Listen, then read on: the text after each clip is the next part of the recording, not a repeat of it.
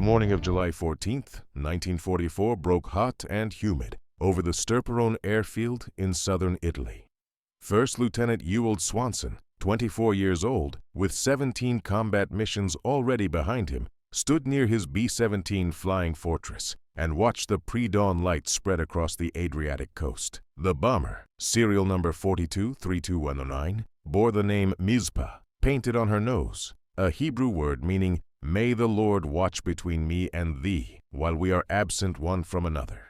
It had been suggested by navigator Joe Henderson's wife, Mary, back when the world still made sense, back before they understood what it really meant to fly into the heart of German-controlled Europe.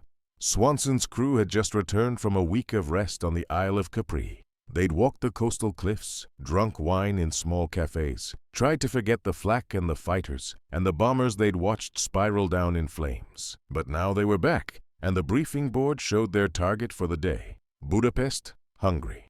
Specifically, the Shell oil refinery and the Ferencváros railway yards in the heart of the city. The mission planners made it sound straightforward: strike the targets, cut the supply lines feeding the Eastern Front, return to base. But everyone in the 483rd Bomb Group knew that Budapest was what they called a hot target.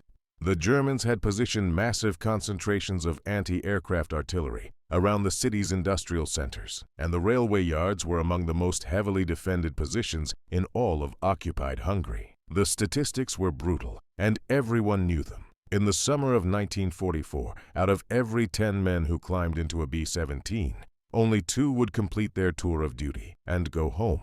The rest would be killed in action, captured and sent to prisoner of war camps, or simply disappear, lost over mountains or seas, their fates unknown to families who would wait for years for news that would never come. The 15th Air Force, based in Italy and tasked with striking targets across southern and eastern Europe, had been hemorrhaging crews since its operational debut earlier that year. Nearly 40% of the original personnel sent to Italy had already been killed or captured. Yet the missions continued, day after day, because the oil refineries and railway yards and aircraft factories had to be destroyed if the war was ever going to end.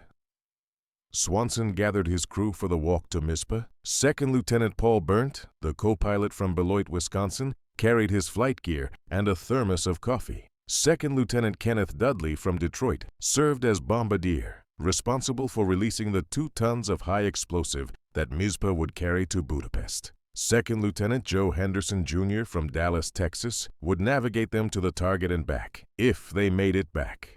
Technical Sergeant Frank Gramensi served as flight engineer, monitoring the 4 massive Wright Cyclone engines. The rest of the crew, Staff Sergeants Robert Bell, George Simonelli, Charles Tucker, Paul Hish, and Charles Kelly, manned the gun positions scattered throughout the bomber's fuselage. 10 men total, each one essential, each one vulnerable. They climbed aboard through the waste hatch, moving through the narrow confines of the B-17's interior to their stations. The smell of aviation fuel, hydraulic fluid, and metal filled the aircraft. Swanson and Berndt settled into the cockpit, running through the pre-flight checklist that had been developed after early B-17 crashes taught the Air Force that these complex aircraft required systematic procedures. Start the auxiliary power unit, check the fuel selectors, verify the flight controls move freely, confirm the bomb bay doors operate correctly, set the altimeter, test the intercom system. The list went on, each item critical. At Aero 800 hours, Mizpah's engines coughed to life one by one. The Wright R-1820 Cyclone radials were magnificent pieces of engineering, 9 cylinders arranged in a radial pattern, each engine producing 1,200 horsepower. 4 of them gave the B-17 the power to carry its bomb load to 30,000 feet and back again. The sound was thunderous as 60 B-17s prepared for takeoff, their propellers beating the Italian air into submission. Swanson advanced the throttles and Mizpah began to roll, gaining speed, the tail lifting, the main wheels leaving the ground. They were airborne, climbing into formation with the rest of the 483rd Bomb Group. The 483rd Bomb Group and the war from Italy. The 483rd Bombardment Group had been activated in the United States in September 1943, trained through the winter months, and deployed to Italy in March and April of 1944. The group consisted of 4 squadrons, the 815th, 816th, 819th, and 840th, and by the time Swanson's crew joined them, the 483rd had already established itself as one of the most effective heavy bombardment units in the 15th Air Force. They flew B-17G Flying Fortresses, the latest and most heavily armed variant of Boeing's legendary bomber. Between April 12, 1944, and the end of the war in Europe, the 483rd would fly 5,623 combat sorties, drop nearly 14,000 tons of bombs, and lose 79 aircraft to enemy action. The group operated from Sterperone Airfield, a dusty base carved out of Italian farmland near Cerignola. Life at Sterperone was a strange mix of combat intensity and Mediterranean tranquility. When the crews weren't flying missions, they could visit nearby towns, swim in the Adriatic, or simply rest in the brutal Italian sun. But when the operations board showed a mission, everything changed. The briefings came early, showing crews the target, the route, the expected opposition. Intelligence officers would display photographs taken by reconnaissance aircraft, pointing out the aiming points, the flak batteries, the known fighter bases. Weather officers would describe the conditions they'd encounter, and then the crews would walk to their aircraft, knowing that some of them wouldn't be walking back. The strategic importance of the 15th Air Force's operations from Italy cannot be overstated. While the 8th Air Force attacked Germany from England, flying through the heart of German fighter defenses, the 15th Air Force struck from the south. They could reach targets that the 8th couldn't hit: the oil fields of Romania, the aircraft factories of Austria, the ball-bearing plants of northern Italy, the submarine pens along the Adriatic coast. More importantly, they could attack these targets with less interference from German fighters, because the Luftwaffe had to split its defensive resources between 2 fronts. The combined bomber offensive, attacks from both England and Italy, stretched German air defenses to the breaking point. Budapest had become a priority target in the summer of 1944 for several critical reasons. The city served as a major transportation hub, with railway lines connecting Germany to the Eastern Front passing directly through its marshalling yards. Disrupting these rail connections would starve German armies of ammunition, fuel, and reinforcements. Additionally, Budapest housed several oil refineries that processed crude petroleum from Hungarian fields. With the Romanian oil fields at Ploiesti under constant attack and German synthetic fuel production collapsing under Allied bombing, every refinery became precious to the Nazi war machine. The Shell oil refinery in Budapest was producing tens of thousands of barrels of refined petroleum products every month. Aviation gasoline, diesel fuel, lubricating oil, all desperately needed by German forces. The Hungarian capital had already been hit multiple times in recent weeks. On July 2nd, more than 600 B-17s and B-24s from the 15th Air Force had struck Budapest in the largest American raid yet against the city. They targeted the eastern and western railway stations, the Manfred Weiss steelworks in Csepel, and both major oil refineries. The raids had killed more than 1,000 Hungarian civilians and destroyed significant portions of the city's industrial infrastructure. But intelligence photographs showed that the refineries were being repaired, that rail traffic was resuming, that the targets needed to be hit again. Hence, the mission on July 14th. Swanson knew all of this as Mizpah climbed to altitude, joining the combat box formation with the rest of the 840th Squadron. The formation was both beautiful and terrifying. Dozens of 4-engine bombers arranged in a carefully designed pattern that maximized defensive firepower while maintaining bombing accuracy.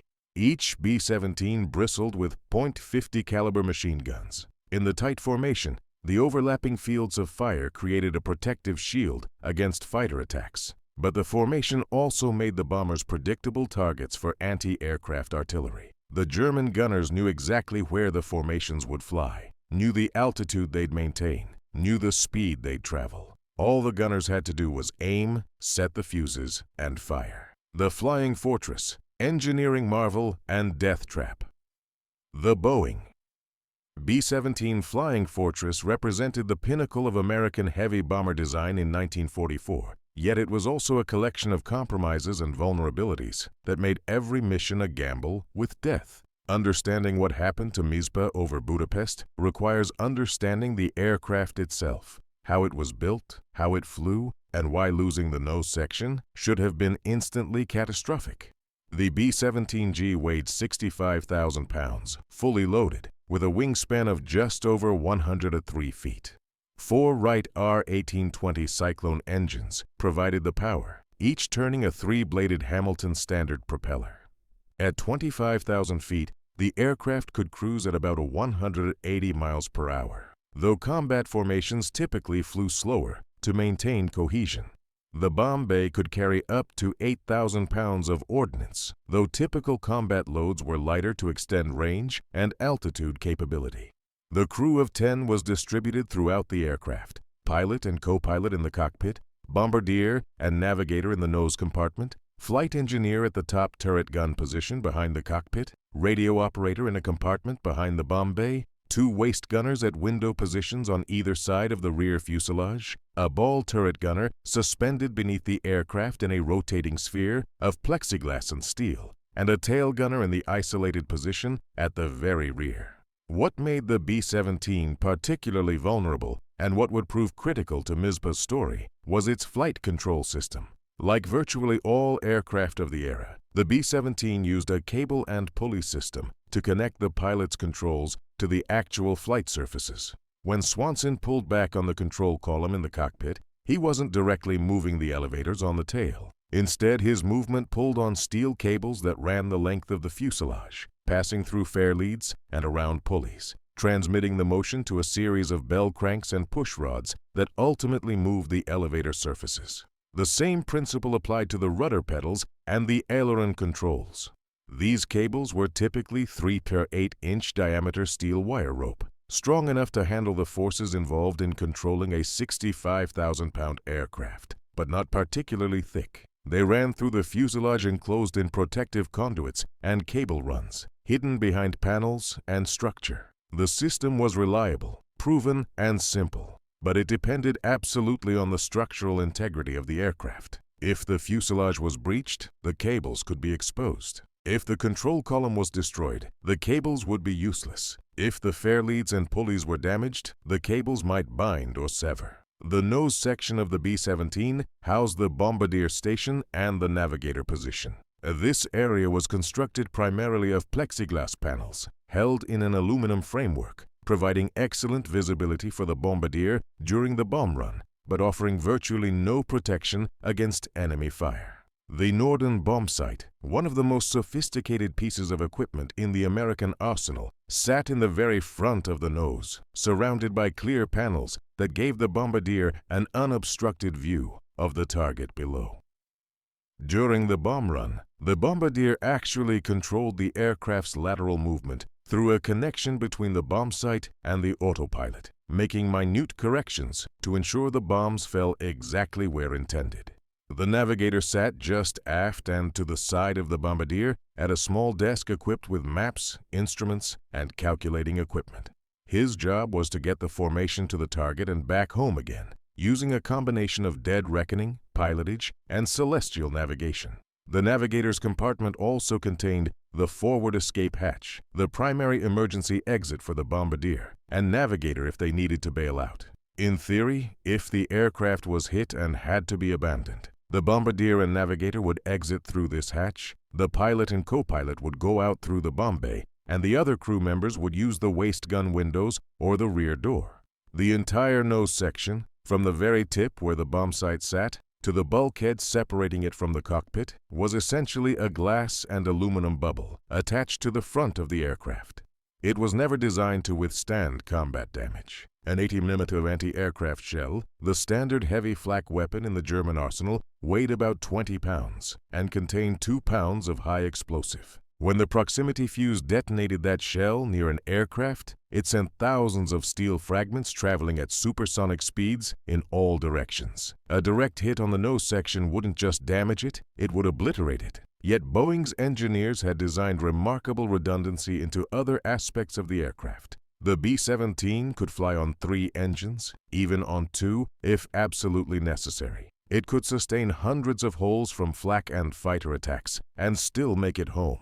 crews returned from missions with the tail section nearly severed, with entire engine nacelles shot away, with gaping holes in the wings large enough to crawl through. The B-17 earned its reputation as a fortress by bringing crews home when no other aircraft could have survived. But that reputation had limits, and Mizpah was about to discover exactly where those limits were.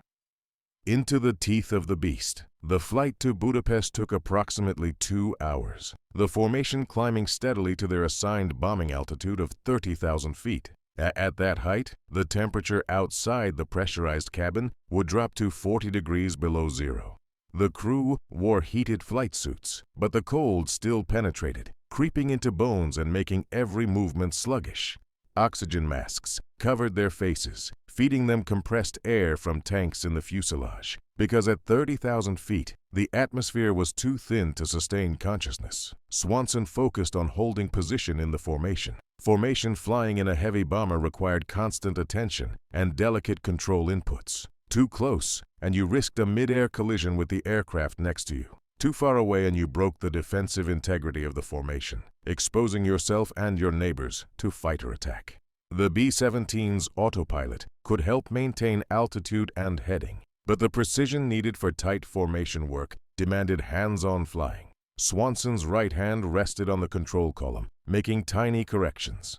His left hand managed the throttles, adjusting power to maintain position. His feet worked the rudder pedals, coordinating turns and compensating for engine torque.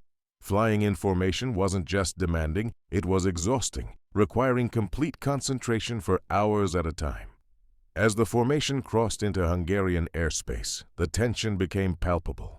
The crew test-fired their guns, short bursts to ensure the weapons would function when needed. The intercom came alive with position reports and observations. Fighters could appear at any moment. Flak could start at any time. Every man scanned his sector of sky, searching for threats. Then they saw the first flak bursts, black puffs of smoke blossoming in the clear summer sky. German 80-diameter anti-aircraft guns were firing, the shells climbing to altitude, their proximity fuses detonating at predetermined heights. Each burst created a cloud of steel fragments that would shred aluminum skin and kill anyone caught in the fragmentation pattern. The gunners on the ground were highly trained, using sophisticated predictors and tracking equipment to calculate where the formation would be in the 15 to 20 seconds it took for the shells to reach altitude. They didn't aim at where the bombers were. They aimed at where the bombers would be. Swanson held course. The mission briefing had been clear. Maintain formation. Trust the defensive firepower of the group. Complete the bomb run. Breaking formation to evade flak was forbidden. It would disrupt the bombing pattern and leave individual aircraft vulnerable to fighter attack. So the 60 B-17s of the 483rd Bomb Group flew straight and level through the barrage, accepting the hits, absorbing the damage, pressing toward the target. Mizpah took several hits almost immediately. Swanson felt the aircraft shudder as shrapnel punched through the tail section. A moment later, warning lights flickered on the instrument panel as fragments damaged electrical systems. More impacts struck the wings, puncturing fuel tanks, but thankfully not igniting them. The self-sealing tanks did their job, the rubber lining expanding to close the holes. Through the cockpit windows, Swanson could see other B-17s in the formation taking hits, trailing smoke, some dropping out of formation already. The flak intensified as they approached the target. Intelligence had estimated that Budapest was defended by more than 200 heavy anti-aircraft guns, and from the density of the bursts, that estimate seemed conservative. The sky ahead looked like it was being torn apart by invisible hands, black clouds appearing and dissipating, shell fragments rattling against Mizpah's fuselage like hail. This was what bomber crews called the box, that section of sky directly over the target, where the flak concentration reached its peak, where aircraft had to fly straight and level for the bomb run, where there was no evasion and no escape, just grim endurance. The bomb bay doors opened. Cold air screamed through the aircraft. The bombardier, Lieutenant Dudley, took control of the aircraft's course through the Norden bomb site, making final corrections to line up on the aiming point below. The railway yards were visible through breaks in the smoke, a maze of tracks and buildings spreading across the southern portion of the city. Dudley's fingers worked the bomb site's controls with practiced precision. Seconds now. Just seconds until they could drop their load and turn for home. Then the 80mm shell found them. The instant everything changed. The explosion occurred at precisely the worst possible moment and the worst possible location. The shell struck Mizpah's nose section directly, a 1,000-to-1 shot that caught the aircraft just as Dudley released the bombs. The detonation was instantaneous. 2 pounds of high explosive converting to superheated gas in a fraction of a second. The expanding shockwave traveling at thousands of feet per second. The steel casing fragmenting into thousands of pieces of shrapnel, moving faster than bullets. Second Lieutenant Kenneth Dudley died before he could process what was happening. One moment, he was completing the bomb run, watching the bombs fall away through the plexiglass below him. The next moment, he simply ceased to exist. The blast wave killed him instantly, massive trauma to every system in his body, occurring simultaneously. There would have been no pain, no awareness, just the transition from life to death in less time than a heartbeat. Second Lieutenant Joe Henderson, sitting just a few feet away at the navigator station, died the same way.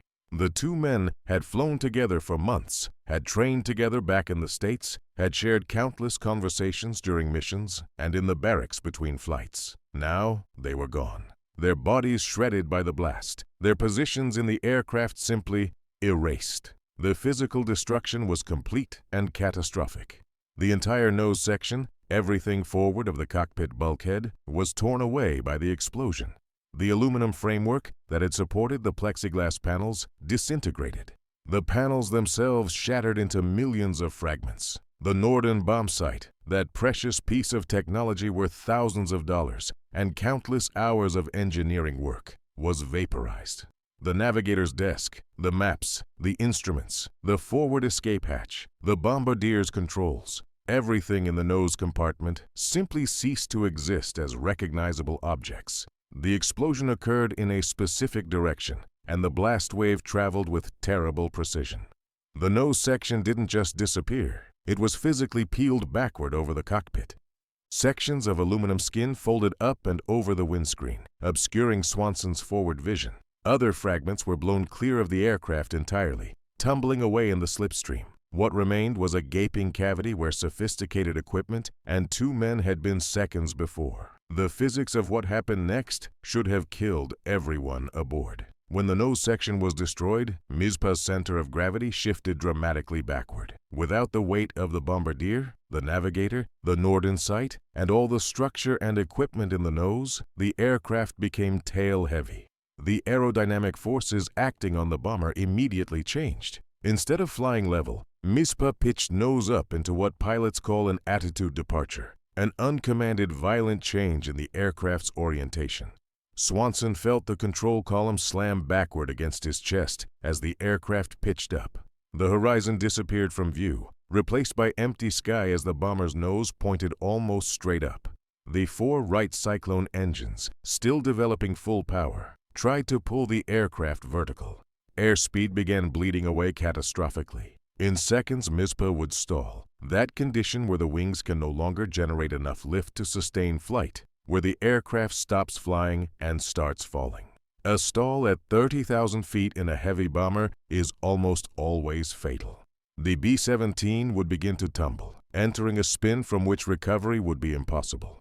The loads on the airframe would exceed design limits. The wings would separate from the fuselage. The aircraft would break apart, scattering wreckage and crew across miles of Hungarian countryside. This was the expected outcome. This was what should have happened. But Swanson reacted with the speed born of hundreds of hours in the cockpit. Even as his mind struggled to process what had just occurred, his hands were moving, his training taking over. He shoved the control column forward, fighting the pitch-up, trying to force the nose down. The column moved freely, too freely.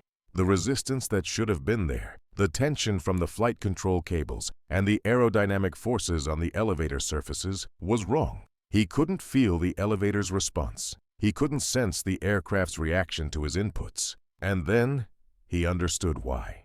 Through the gap where the nose should have been, through the tangle of folded aluminum and the screaming wind, Swanson could see the horizon.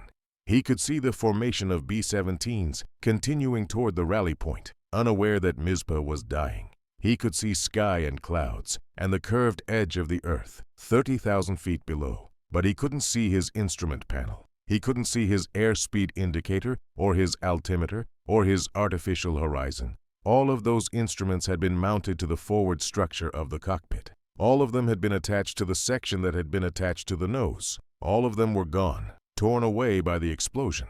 The control column was still in his hands, but it wasn't connected to anything.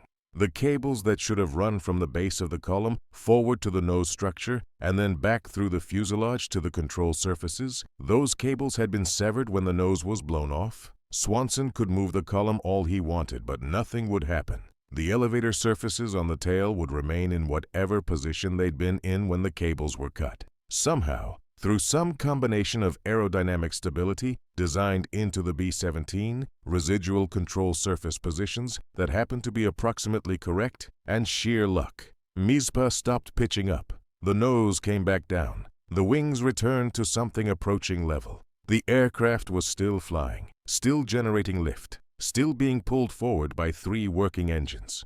It was crippled, dying, barely controllable, but it was in the air. Swanson looked to his right. Paul Berndt, the co-pilot, stared back at him, his face pale behind his oxygen mask. Berndt's control column was gone too. It had been mounted to the same forward structure. His instrument panel was missing. The windscreen in front of him was partially blocked by folded aluminum. But he was alive, and Swanson was alive, and somehow the aircraft was still flying. The impossible solution. In the chaos following the explosion, Technical Sergeant Frank Gramensi had been thrown against his gun mount at the top turret position. The blast wave had traveled through the aircraft, slamming doors, rattling equipment, and briefly stunning everyone aboard. But Gramensi was the flight engineer, trained to respond to emergencies, and his training kicked in immediately.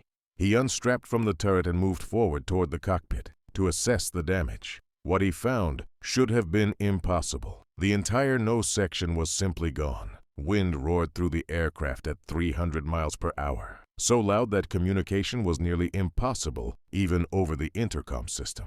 The temperature inside the fuselage had dropped to match the outside air, 40 degrees below zero. But worse than any of that was what Gramensi could see through the bomb bay area. The flight control cables were exposed. Normally hidden behind panels and structure, enclosed in protective conduits, the steel cables now hung in the open air, buffeted by the wind screaming through the broken fuselage. Gramensi understood immediately what this meant. With the forward section of the aircraft destroyed, the cables that ran from the cockpit controls forward and then back through the fuselage were severed.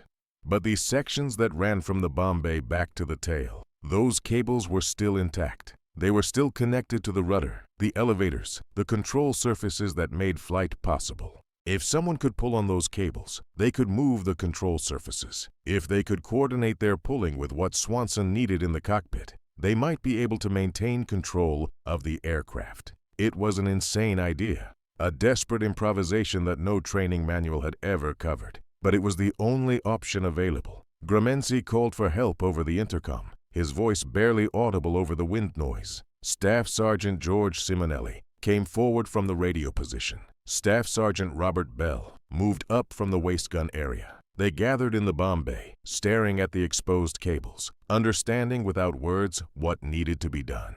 The cables were freezing cold, coated with ice from condensed moisture. Touching them with bare hands would have resulted in instant frostbite, so the men kept their flight gloves on, even though this reduced their grip. The cables were under tension, not the extreme loads that would occur during violent maneuvering, but enough to make them difficult to move, and the wind tried to tear everything loose, pulling at the cables, pulling at the men, creating a hurricane inside the fuselage. Gramensi grabbed the rudder cables first. These were the largest cables, running from the rudder pedals in the cockpit, back through the fuselage to the rudder surface on the vertical stabilizer. When Swanson pressed on the left rudder pedal, normally the left cable would be pulled forward, and the right cable would be allowed to slacken, moving the rudder to the left. Now, those pedals did nothing. But if Gramensi pulled on the left cable by hand, the rudder should still move. He pulled. The cable resisted, then moved. Somewhere back in the tail section, the rudder shifted position. Through years of flying experience, through some deep understanding of how aircraft behaved, Gramenzi could feel the result of his action. The bomber responded to the rudder input. It wasn't precise, it wasn't easy, but it worked. Simonelli and Bell positioned themselves near the elevator cables. These cables controlled the horizontal stabilizer surfaces on the tail, the surfaces that governed pitch, whether the nose went up or down. Pull back on the elevator cables, and the tail surfaces would move to push the tail down and the nose up. Push forward and the opposite would occur. In normal flight, these movements were constant and minute, the pilot making dozens of tiny corrections every minute to maintain altitude and attitude. Now these corrections would have to be made by men standing in the bomb bay, pulling on steel cables with their hands, trying to interpret what Swanson needed from whatever signals he could send them. The challenge was communication. Swanson couldn't see the men in the bomb bay. They couldn't see him. The intercom system was damaged, making voice communication nearly impossible. They would have to develop some kind of system, some way to coordinate their actions, and they would have to do it immediately because Mizpah was still over enemy territory, still exposed to flak and fighters, still in mortal danger.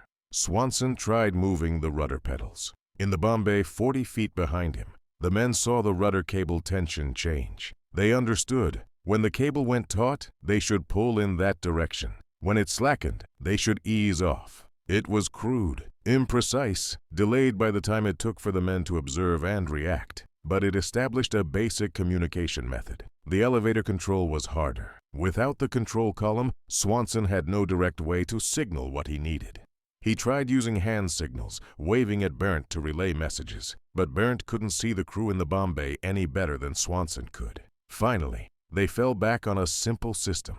Swanson would adjust the throttles to indicate what pitch change he needed. More power meant nose up, less power meant nose down. The crew in the bomb bay would watch the engines, listen to the sound, and pull the elevator cables accordingly. It was an absurd system, a jury-rigged solution that would have been rejected by any engineer as impossible to implement in combat. The coordination required was enormous. The physical effort was exhausting. The men had to pull on steel cables with enough force to move control surfaces against wind loads of hundreds of pounds. The cold was brutal, penetrating their flight suits despite the heating systems. The wind noise was deafening. The whole aircraft shuddered and shook from the aerodynamic disruption caused by the missing nose section. But it worked. Somehow, impossibly, it worked. Mizpah stayed in the air, maintained something approaching controlled flight, even rejoined the loose formation of the bomb group. The other B-17s were pulling ahead. Mizpah had lost airspeed due to the massive increase in drag from the missing nose. But for the moment, the crippled bomber was still flying. Then, the second shell hit, fighting toward death or survival. The 80mm guns around Budapest were still firing, their crews working with mechanical efficiency to maintain their rate of fire. Shell after shell climbed into the sky, proximity fuses armed, fragmentation patterns designed to maximize lethality. Most missed entirely, detonating harmlessly in empty air. Some found targets, punching holes in bombers, wounding or killing crew members, setting fires, destroying systems, and some found critical targets. The second shell that hit Mizpah struck the number 2 engine, the inboard engine on the left wing. This Wright R-1820 Cyclone had been running smoothly, pulling its share of the load, keeping the aircraft in the air. The shell's impact was devastating. The engine casing shattered, spraying oil and metal fragments across the wing. Internal components, pistons, cylinder heads, crankshaft sections were blown apart by the explosion. The propeller, suddenly freed from the engine's power, began to windmill in the airstream, creating enormous drag. Flames appeared immediately, streaming back from the destroyed engine along the wing. Fire in an aircraft is every crew member's nightmare. Aviation gasoline is incredibly volatile, and the wing tanks held hundreds of gallons of it. If the fire reached the fuel tanks, if it breached the self-sealing liners, Mizpah would become a fireball, falling from the sky as a burning wreck. Swanson reacted instantly, hitting the engine fire suppression system. Carbon dioxide flooded into the engine nacelle, smothering the flames. After agonizing seconds, the fire went out, leaving only smoke streaming from the shattered cowling. But the engine was dead, completely destroyed, no possibility of restart. Mizpah now had only 3 working engines instead of 4. The loss of the engine created multiple problems simultaneously. First, it reduced available power by 25%, meaning the aircraft could no longer maintain altitude at its current airspeed. Second, it created an asymmetric thrust situation. The 3 remaining engines were not evenly distributed, with 2 on the right wing and only 1 on the left. This imbalance wanted to yaw the aircraft to the left, requiring constant rudder correction to maintain heading. And third, it increased fuel consumption on the remaining engines, which had to work harder to compensate for the lost power. In the bomb bay, Gramency and the others felt the aircraft begin to descend. The nose wanted to drop, airspeed was decreasing, and the bomber was developing a left-turning tendency. They pulled on the rudder cables, trying to compensate, fighting the imbalance. They adjusted the elevator cables, trying to maintain altitude, knowing it was futile but trying anyway. The formation was pulling away now. The other B-17s maintained their cruising speed and altitude, continuing southwest toward the Adriatic coast and safety. Mizpah couldn't keep up. The drag from the missing nose was too great, the power from 3 engines was insufficient, and the aircraft was slowly, inexorably, falling behind. By 0946 hours, just 4 minutes after the first shell hit, Mizpah was alone. The formation was a mile ahead, then 2 miles, then just dots in the distance. For a bomber crew over enemy territory, being separated from the formation was often a death sentence. Without the combined defensive firepower of dozens of B-17s, a lone bomber was easy prey for German fighters. And German fighter pilots knew to watch for stragglers, for damaged aircraft falling behind, for the easy kills that would add to their score. The crew kept working the cables, but the situation was deteriorating. Altitude was dropping steadily, 28,000 feet, then 27,000, then 26,000. Airspeed was falling too, the aircraft mushing through the air, barely maintaining controlled flight. And the tail section was developing problems of its own. Staff Sergeant Charles Tucker, the tail gunner, was in the most isolated position on the aircraft. His station was at the very back of the fuselage, accessible only by crawling through a narrow tunnel from the waist gun area. When the nose exploded, Tucker had felt the shockwave travel through the aircraft. Now he was feeling something else. The tail structure was flexing, moving in ways it wasn't designed to move. The explosion had done more than just destroy the nose. The shockwave and the sudden change in aerodynamic loads had stressed the entire airframe. Somewhere in the rear fuselage, structural members had cracked or failed. The vertical stabilizer and horizontal stabilizers, the tail surfaces that provided stability and control, were beginning to separate from the fuselage. Tucker could see gaps appearing in the skin panels, could hear metal grinding against metal, could feel the whole tail section twisting under loads it wasn't designed to handle. If the tail came off, everyone would die instantly. A B-17 without a tail would enter an unrecoverable spin, tumbling end over end until it struck the ground. No one would have time to bail out. No one would survive. Tucker made his way forward, squeezing through the narrow passage, emerging in the waist gun area. He tried to explain what was happening, but the wind noise made communication nearly impossible. Instead, he pointed, making gestures, conveying through body language what words couldn't express. The tail is failing. The aircraft is coming apart. We need to get out.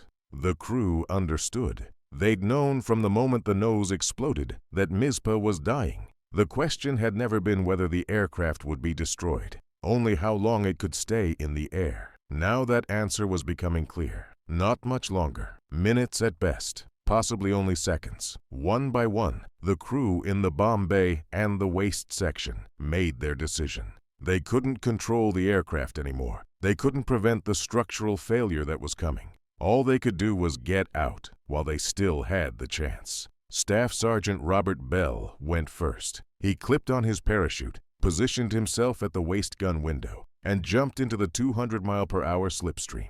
The wind took him, spinning him away from the aircraft. His parachute deployed, the canopy opening with a shock that knocked the breath from his lungs. He was floating now, descending toward Yugoslavia, toward capture and imprisonment, but alive. Alive when he should have been dead. Staff Sergeant George Simonelli went next. then Technical Sergeant Frank Gramensi, then the others. Each man made the same desperate jump, felt the same violent transition from the relative stability of the aircraft to the chaotic tumbling of the slipstream, felt the same relief when the parachute opened and the descent became controlled.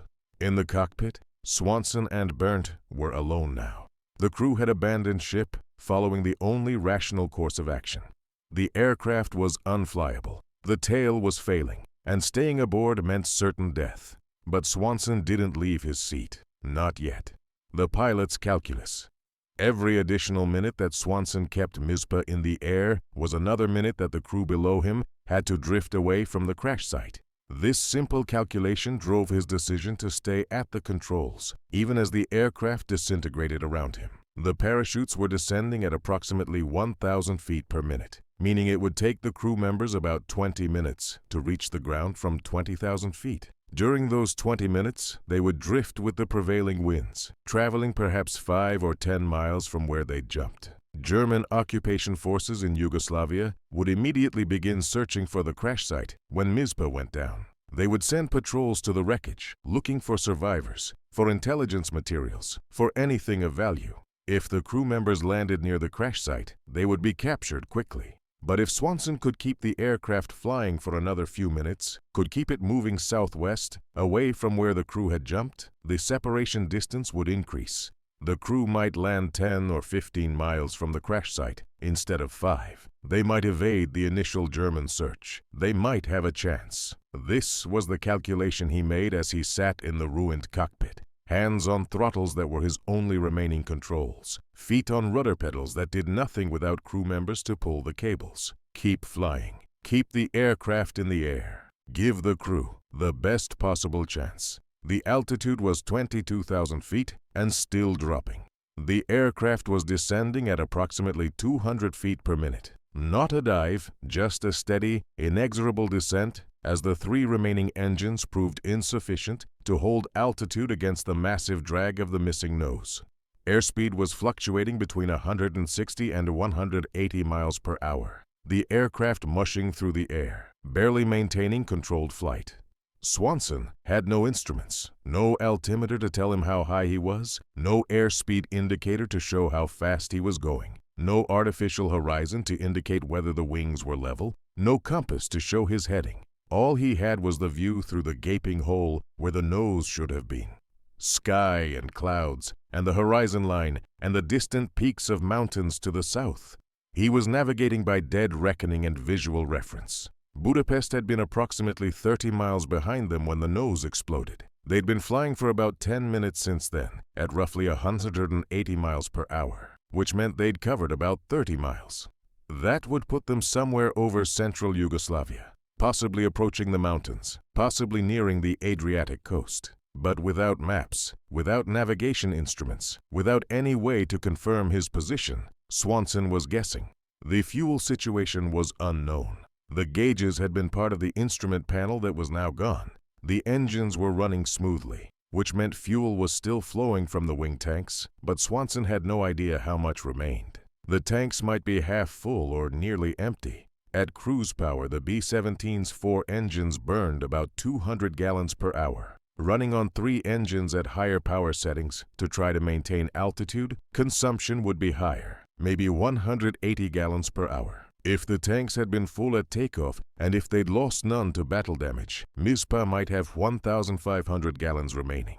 That would give them another 8 or 9 hours of flight time. But if the tanks had been damaged, if fuel had been leaking from the flak hits, they might have much less. The engines might quit at any moment. Paul Berndt, the co-pilot, sat motionless in his seat, watching the wings, watching the engines, watching for any sign of fighter attack. Neither man spoke. The wind noise made conversation impossible anyway, and there was nothing to say. They both understood the situation. They both knew what was coming. At 20,000 feet, Swanson made his decision. The crew had been in the air for about 12 minutes since jumping, which meant they were probably approaching the ground. The separation distance between the crew and the aircraft was as large as it was going to get. Staying aboard any longer served no purpose except to increase the chance that he and Berndt would die when the tail finally failed. He turned to Barent and made eye contact. No words, just a look that communicated everything. Time to go. Barent nodded, unbuckled his harness, and stood. He moved carefully toward the rear of the cockpit, toward the crawlway that led to the bomb bay, and the waist section, and the exit points. He looked back once at Swanson, a final acknowledgement, and then he was gone, crawling aft, leaving the pilot alone. Swanson stayed in his seat for another minute, hands still on the throttles, maintaining what control he could. The bomber continued its descent, 19,000 feet. The tail structure was flexing visibly now, the vertical stabilizer moving in ways that meant imminent structural failure. Any second now, the tail would separate, and Mizpah would tumble from the sky. At 8:09:58 hours, Swanson released the throttles and unbuckled his harness. The moment the restraints came free, he felt the wind pressure trying to pull him forward, out through the gaping hole where the nose had been. He braced himself against the seat, fighting the suction, then stood and turned toward the rear. The aircraft immediately began to pitch and roll, no longer having even the crude control that his throttle adjustments had provided. He had seconds to get out before the attitude became too severe, before the forces made movement impossible. He moved quickly through the crawlway, emerged in the bomb bay area, saw the loose control cables hanging in the wind. The aircraft was diving now, nose dropping, the airframe shaking. He grabbed his parachute from the storage rack, clipped it to his harness with hands that were numb from cold and shaking from adrenaline. The waist gun window was ahead of him. He positioned himself at the opening, looked out at the Yugoslav countryside 17,000 feet below, and jumped. The slipstream hit like a physical wall. The 200-mile-per-hour wind spun him sideways, tumbling him away from the aircraft. For a chaotic moment he couldn't orient himself, couldn't tell which way was up, could only feel the violent buffeting and the roar of the wind. Then his hand found the ripcord and pulled. The parachute deployed with a violent jerk that knocked the air from his lungs. The tumbling stopped. The wind noise faded. He was descending now, swinging gently beneath the canopy, watching Mizpah fall away below him. The B-17 continued its dive for another few seconds.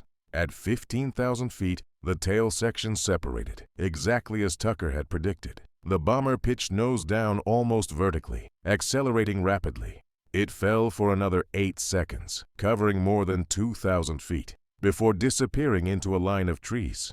A column of black smoke rose moments later. The fuel tanks had ignited on impact, consuming what remained of the aircraft that had carried them into combat that morning.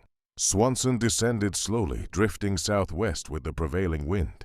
Below him, the Yugoslav landscape showed scattered farms and forests.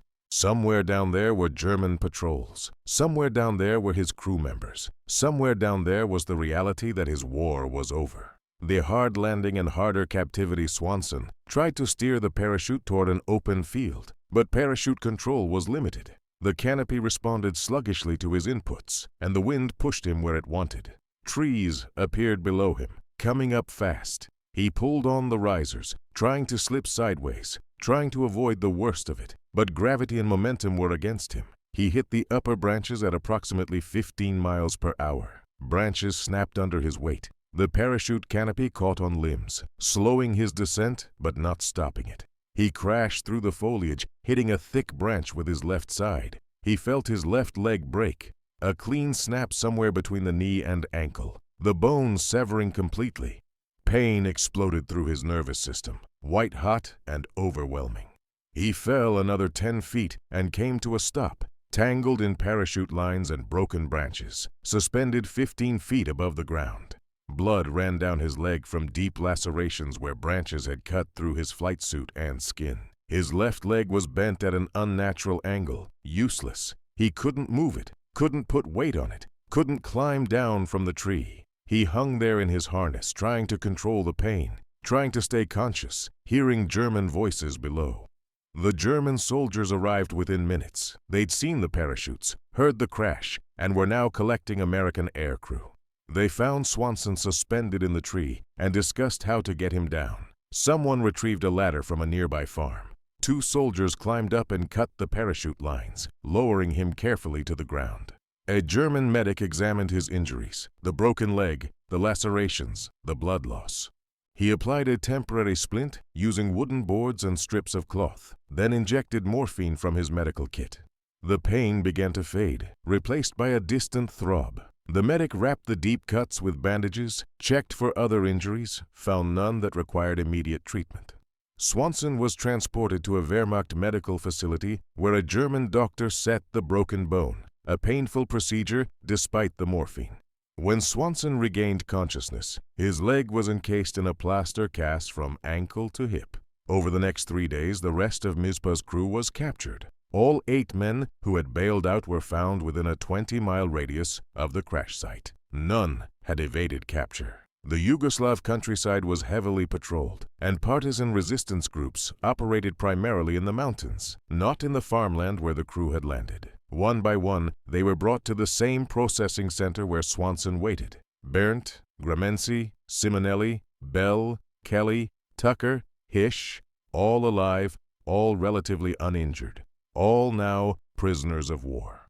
They were transported to Stalag Luft 3 in Austria, a facility specifically designated for captured Allied aircrew. The camp housed approximately 10,000 American and British flyers. Conditions were harsh, but not brutal. Food was limited, with Red Cross parcels arriving irregularly. The barracks were cold in winter, stifling in summer. Medical care was minimal, but the Germans generally followed Geneva Convention protocols for officer prisoners. There were no mass executions, no systematic torture, just confinement, boredom, and waiting. Swanson's leg healed slowly over months. The cast came off in September 1944. Physical therapy was basic. He walked around the camp perimeter every day, rebuilding strength in the damaged leg. By October, he could walk without assistance. By November, the limp was barely noticeable. By December, he was physically recovered, but the war continued. The camp remained locked, and guards patrolled the wire. The crew of Mizpah settled into the routine of captivity. They talked about the mission, about the 80 Imnapiri shell, about the 10 minutes they flew without a cockpit, about pulling control cables by hand, about watching their bomber fall into the Yugoslav forest. They talked about Dudley and Henderson, who died instantly when the nose exploded, about how close they all came to dying that day, and they waited for liberation. Winter turned to spring. The Germans began evacuating camps as Soviet forces advanced from the east. Prisoners were marched westward in long columns, conditions deteriorating, food becoming scarce. Some men died during the forced marches. Others escaped in the chaos. Swanson and his crew stayed together, marching through Germany as the Third Reich collapsed around them. On April 30th, 1945, American forces reached their column. They were free. 9 months of captivity ended on a dirt road in central Germany.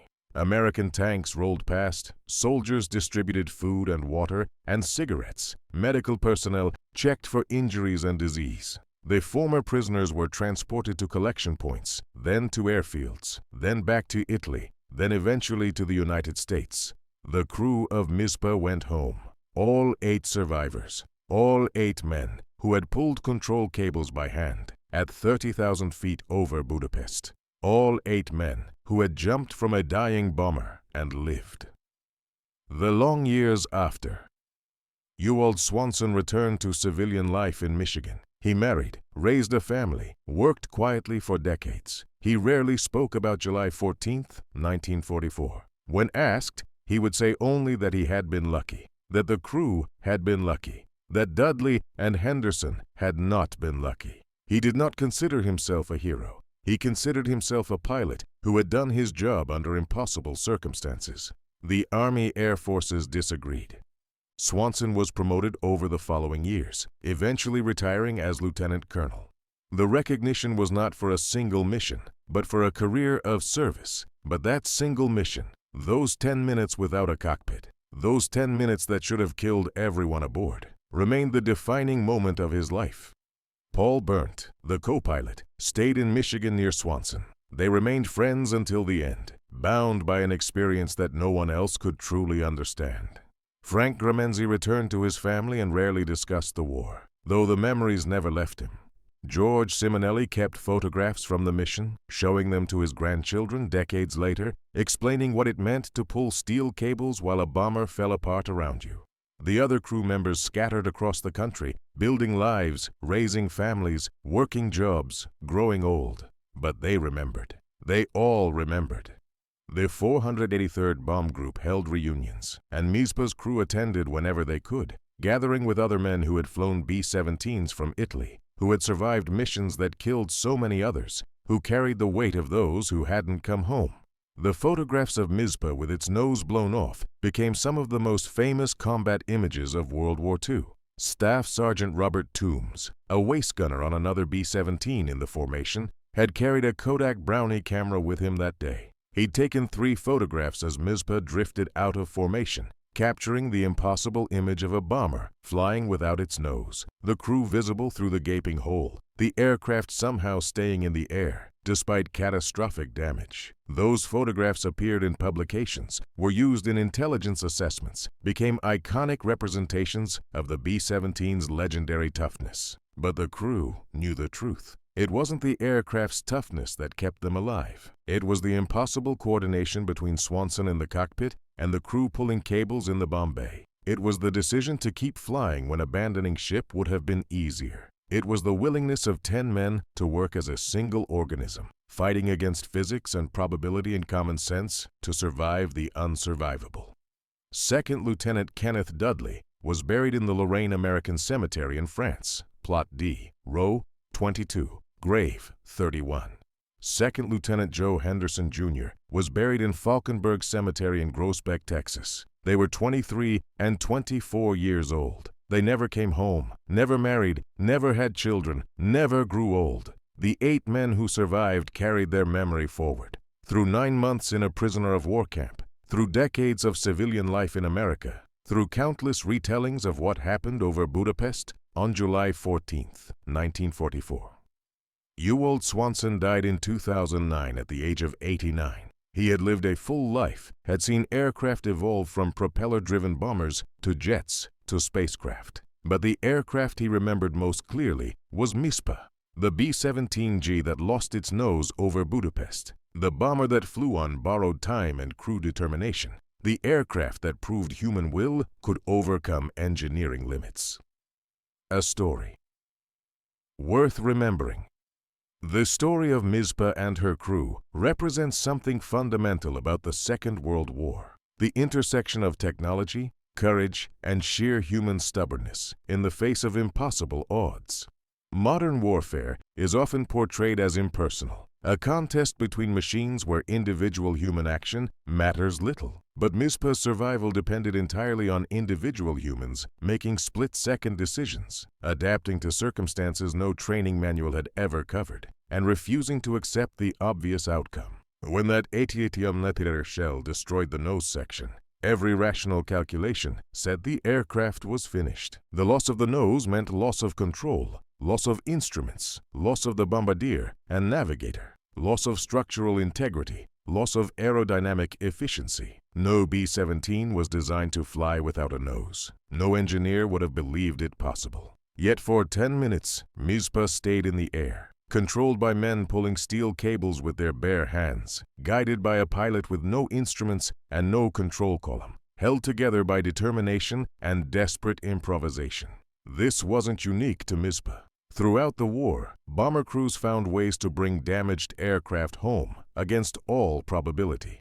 They flew on 2 engines, on one engine, with holes in their wings large enough to see through, with tail sections nearly severed, with fires burning in their fuselages. They improvised solutions to problems that seemed insurmountable. They kept flying when giving up would have been rational. The human cost of the strategic bombing campaign was enormous. The 483rd Bomb Group alone lost nearly 40% of its original personnel to death or capture. Across all of the 15th Air Force, thousands of young men died in burning aircraft, in crashes, in prisoner of war camps. The 8th Air Force, flying from England, suffered even higher casualties. By some estimates, more than 80,000 Allied aircrew died in the bombing campaign against Germany. That's more than the entire Marine Corps lost in the Pacific. It's more than all American forces lost in Vietnam. It's a staggering number that modern readers struggle to comprehend. Yet understanding these individual stories, like Mizpah's crew pulling cables to keep their bomber flying,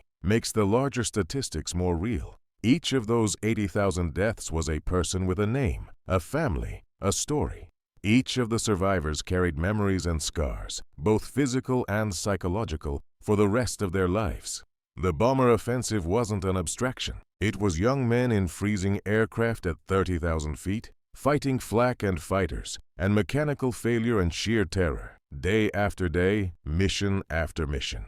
The strategic impact of the bombing campaign remains debated by historians. Did it shorten the war? Did it justify the cost in lives and resources? Could the same results have been achieved through other means? These questions don't have simple answers. But what's undeniable is that men like Swanson and his crew believed in the mission, flew it with courage and skill, and paid an enormous price for that commitment. If you found this story compelling, if it gave you a new appreciation for what these crews endured, I'd ask you to hit that like button. Every like helps share these forgotten stories with more people, keeps these memories alive for another generation. Subscribe to the channel if you haven't already. We're dedicated to bringing you these detailed, thoroughly researched accounts of World War II events that deserve to be remembered. And please, take a moment to comment below. Tell us where you're watching from. Tell us if you have family members who served in the war. Tell us what struck you most about this story. The community that's built up around this channel spans the entire world, and your engagement, your comments, your shares, your stories makes all the difference. The crew of Mizpah: Ewald Swanson, Paul Berndt, Frank Gramensi, George Simonelli, Robert Bell, Charles Tucker, Paul Hish, and Charles Kelly, who survived, and Kenneth Dudley and Joe Henderson Jr., who didn't, deserve to be remembered. Not as statistics, not as abstract heroes, but as real people who faced impossible circumstances and responded with courage and determination and sometimes sheer stubborn refusal to give up. Thank you for watching, and thank you for helping ensure that their story and thousands of stories like it don't disappear into silence.